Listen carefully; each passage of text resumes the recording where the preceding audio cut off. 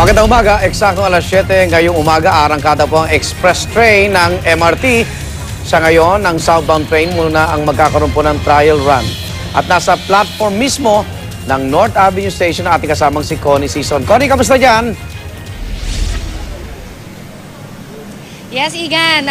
Talaga nakita natin yung bulto ng tao kanina pag akyat natin dito. No? And in about 2 minutes or so, darating na ang sinasabi na express train itong MRT. No? Dito, may mga limited stops lang. Kung baga, hindi ka na kailangan sumakay pa doon sa regular na biyahe. No? Kung wala ka naman balak pumunta talaga doon sa mga areas sa stopan ng regular na biyahe. So, may mga designated areas lang ito. No?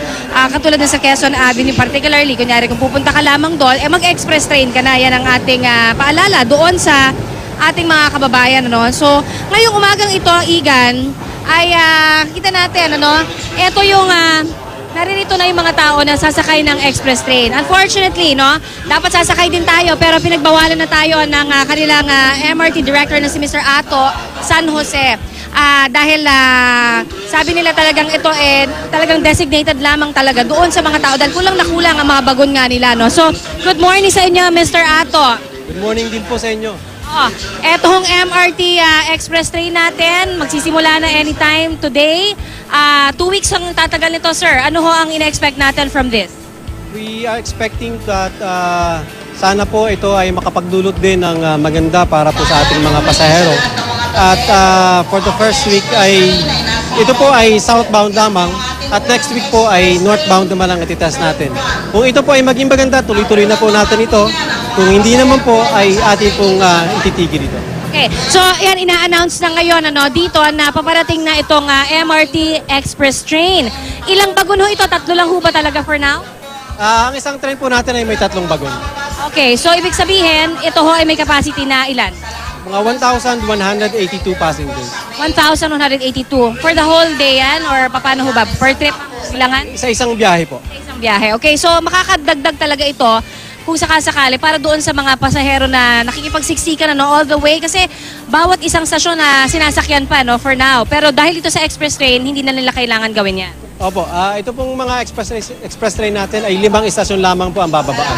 Okay, so ganito ho, gusto namin malaman dahil ito ho experimental for now. Ano ho ang aasahan natin? Sa 2016, gusto natin magkaroon syempre ng mas maraming bagon. Meron ho ba tayong mga siniset na plano tungkol dyan? Meron na po tayong na-award na pagbili ng 48 na bagong bagon na magdadagdag po ito ng 60% capacity ng MRT3.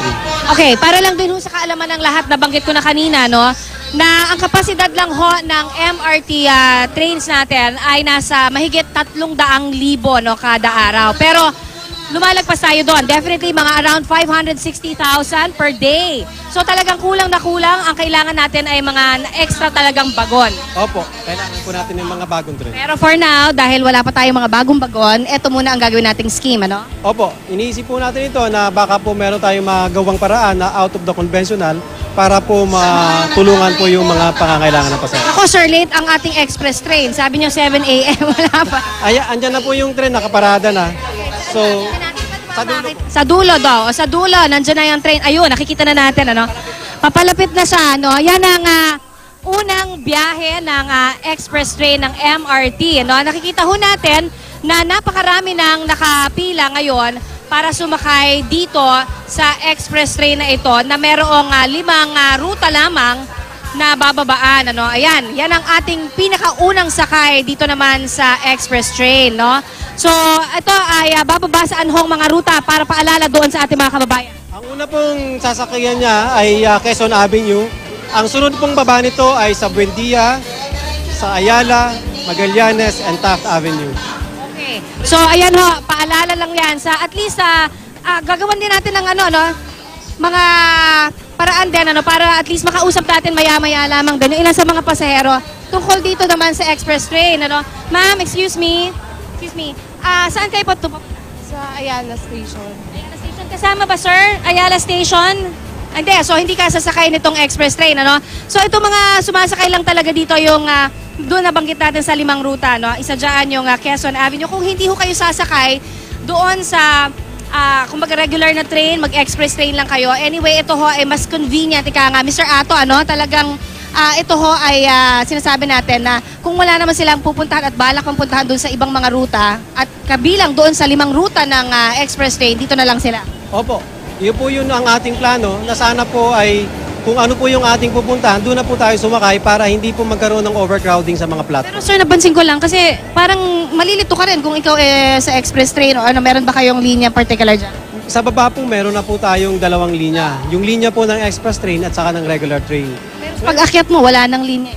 Wala po, pero meron na po tayo dyan mga tao na nag-iipon ng mga pasahero na kung ikaw ay express train, ikaw po ay papapasukin kapag andyan na po yung express. Pareho lang ang bayad, sir.